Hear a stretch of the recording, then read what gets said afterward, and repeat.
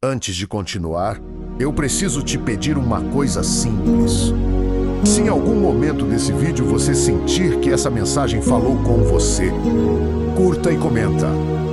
Não por mim, mas porque quando você faz isso, essa mensagem alcança pessoas que talvez estejam exatamente onde você já esteve ou onde você está agora.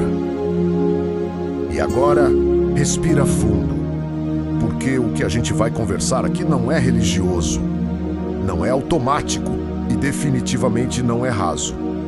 Porque Deus amou o mundo de tal maneira que deu o seu Filho unigênito, para que todo aquele que nele crê não pereça, mas tenha a vida eterna. Esse é provavelmente o versículo mais conhecido da Bíblia. Ele aparece em placas, camisetas, tatuagens, perfis de rede social. Muita gente sabe de cor. Pouca gente vive isso. E menos gente ainda parou para entender o peso real de cada palavra dessa frase. A maioria das pessoas passa por esse texto rápido demais. Lê como quem já sabe, como quem já ouviu, como quem acha que não tem mais nada ali. Mas esse versículo não é raso. Ele é profundo, desconfortável e transformador. E tudo começa com uma palavra simples, porque esse versículo não nasce do nada. Ele é resposta. Ele vem depois de uma conversa. Jesus está falando com Nicodemos, um homem religioso, estudado, respeitado, alguém que conhecia a lei, conhecia Deus na teoria, mas que mesmo assim estava vazio o suficiente para procurar Jesus de noite. Isso por si só já diz muito. Nicodemos tinha conhecimento, mas não tinha entendimento. Tinha religião, mas não tinha vida.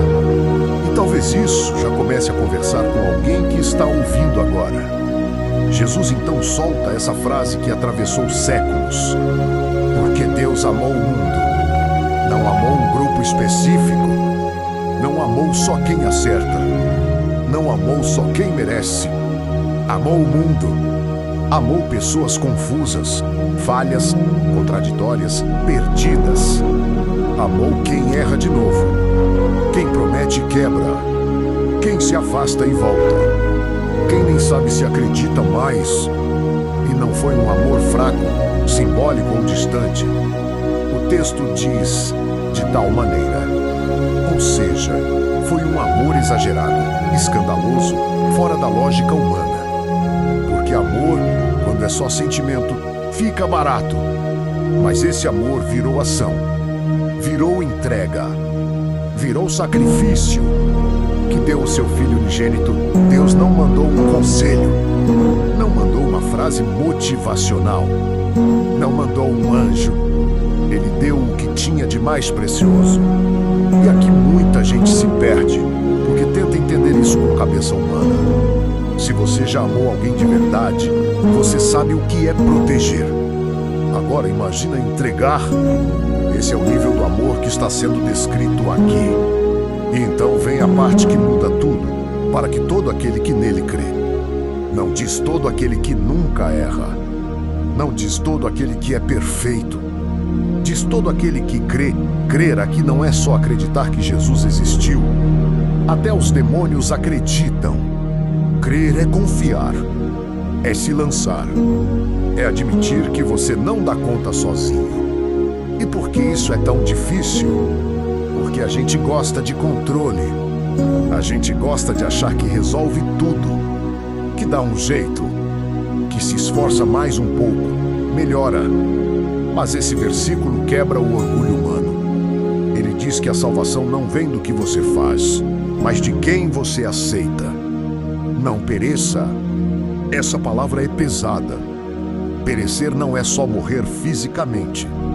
É se perder por dentro, é viver sem sentido, é acordar cansado mesmo depois de dormir, é sorrir por fora e estar vazio por dentro.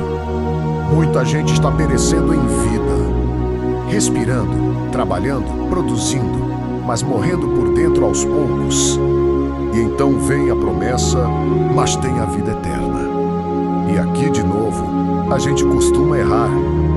vida eterna não começa depois da morte. Ela começa no momento em que você entende esse amor. Começa quando você para de tentar provar valor e começa a viver a partir do valor que já foi dado. Esse versículo não é sobre religião, é sobre relacionamento. Não é sobre seguir regras para agradar um Deus distante. É sobre responder a um Deus que já se aproximou primeiro. Um Deus que não esperou você melhorar para te amar. Um Deus que não colocou condições.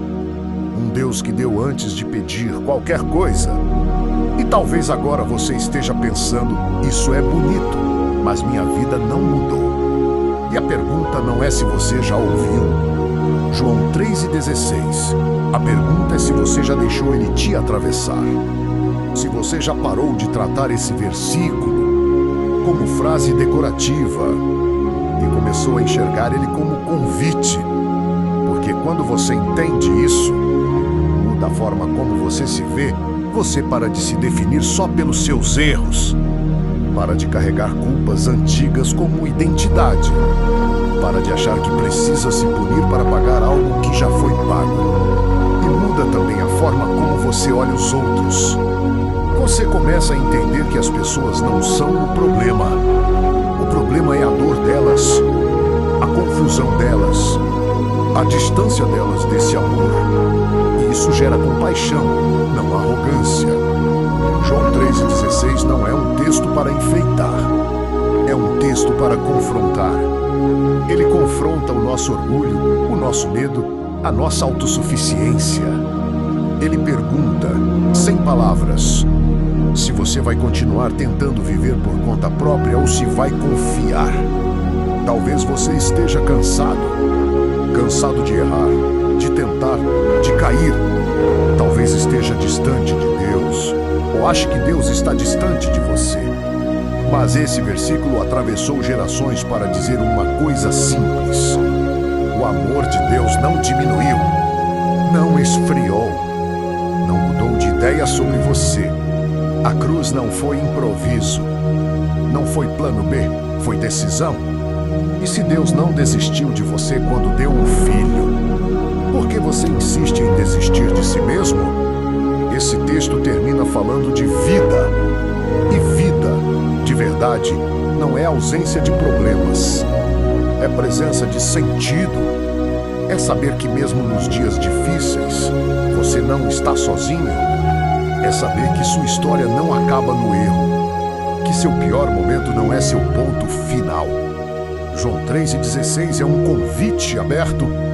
Não força ninguém, não ameaça, não manipula.